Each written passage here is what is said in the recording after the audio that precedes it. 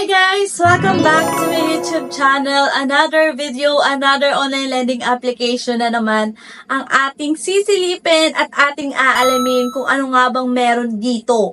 Makakasahan ba ito ng mga katulad nating nangungutang o isa na naman din sa mga hindi kaaya-ayang loan application. Pero malay natin guys, baka ito na yung online lending application na matagal na nating hinihintay dito sa Google Play Store, di ba? So for today's video, ang pag-uusapan po natin ay si Instant Loan, Online Easy Loans. Pero bago po tayo magpatuloy, disclaimer lamang po, hindi po tayo agent or promoter ng any online lending application na ating nire-review dito sa ating YouTube channel. Tayo po is nag-share lang ng ating personal na experience ng paglo-loan sa kanila. Huwag ka po muna magda-download, hayaan nyo po munang ipakita ko sa inyo kung ano nga ba talaga ang meron dito sa online lending application na si Instant Loan, Online Easy Loan. Simulan na po natin ang pagre-review dito kay Instant Loan, Online Easy Loan. So, under po siya ni Microdot Lending Corporation. As of now, meron po siyang 4.5 star and 1K reviews. So, dito guys, sabi niya is easy repayment. So, ayan. Super easy review.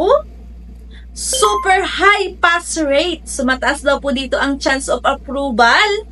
Multiple quotas available.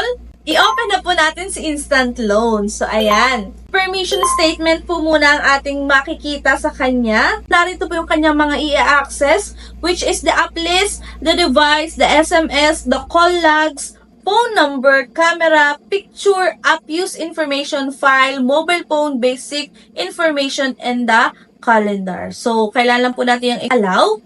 So, and then after that guys, is kailangan na po natin ditong mag-login.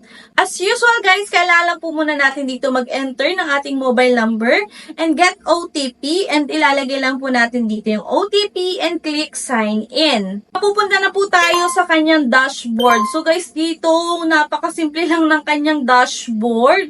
So nakalagay dito daily interest rate of only 0.02%.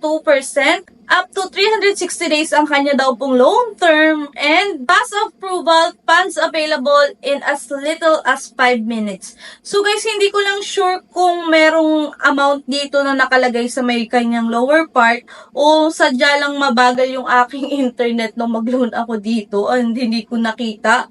So ayun guys, pero click na po muna natin yung apply para malaman natin, di ba? Ang unang kailangan nating i-provide po sa kanya is yung ating personal information. And then next is yung atin na pong work information. Profession, how long have you been working here, and monthly salary or income. Next is emergency contact. So dito guys, kailangan po nating maglagay ng 3 contact references and kailangan lang po nating dito i-enter yung ating email. Next is the credit standing. So ayan guys, so tinitingnan yata dito ni Instant Loan kung marami na tayong utang o may mga utang pa ba tayo. Kasi nakalagay dito, it is overdue in the past month. So kung meron daw po tayong na overdue in the past month, maximum overdue days in the past month, total borrowings in the past month, and the number of loan in the past month. So guys, talagang inaalam niya kung talaga bang marami na tayong loan o kung bago pa lang tayong mangungutang, diba? So, ayan. So, after that, guys, click lang natin yung continue. And then, ID information naman po. So, dito, kailangan lang din natin picturean yung ating mapipiling ID. So, dito, mga available is UMID, National ID, SSS, TIN, Passport, Driving License, Postal ID, Voter's ID, and the Health Card, o yung ating PhilHealth ID. Pili lang kayo ng inyong ID na available and kailangan lang po natin picturean and meron din po ditong face identification. And then after that guys, bank information na. So dito ilalagay lang natin yung ating name, account type. So available po dito ang e-wallet and bank transfer.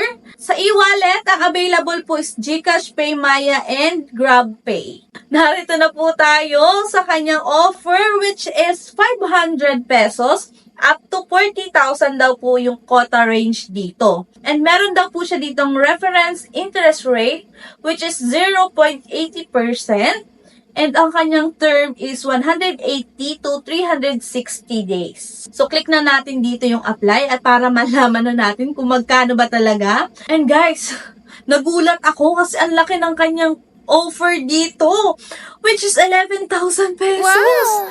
Naku, sobrang laki para sa first timer na katulad ko na mangungutang dito.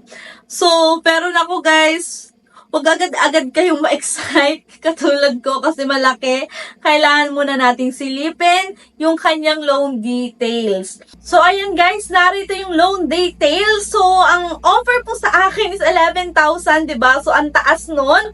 And guys, dito, ang payment amount o yung matatanggap ko daw po is 10,991 pesos.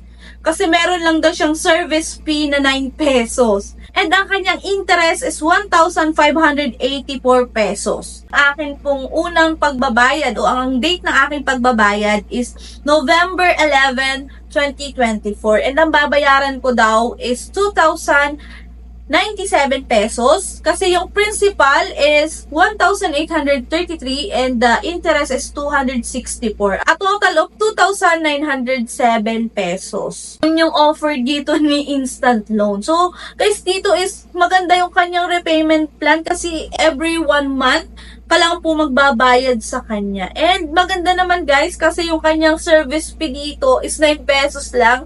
And the interest po is 1,584. So, dun sa 11,000 guys, idadagdag nyo po yung 1,584 pesos. Nakatanungin nyo ko kung kamusta dumating ba sa akin GCash o hindi.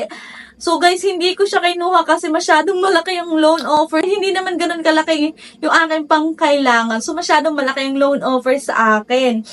Pero guys, dun sa mga nakatry na dito kay Instant Loan, kamusta po ba dito kay Instant Loan? Sa mga mangungutang dyan, mag-isip po tayong mabuti ha, kung talaga bang magta-try tayo dito sa mga online lending application. So, kung meron naman po tayong ibang malalapitan, so, katulad ng kapamilya natin, doon na lang po tayo mangutang. So, yun guys, yun lang yung meron dito kay Instant Loan. Kung hindi ka pa po nakasubscribe sa ating YouTube channel, mag-subscribe ka na, i-like mo na tong video, and mag-comment ka na rin sa comment section. I-hit mo na rin po yung notification bell para maging updated ka sa mga susunod na uploads ko. And guys, soon magpapa-GCash giveaway na rin po tayo. So yun lang, bye-bye! And thank you for watching and see you on my next vlog. Bye!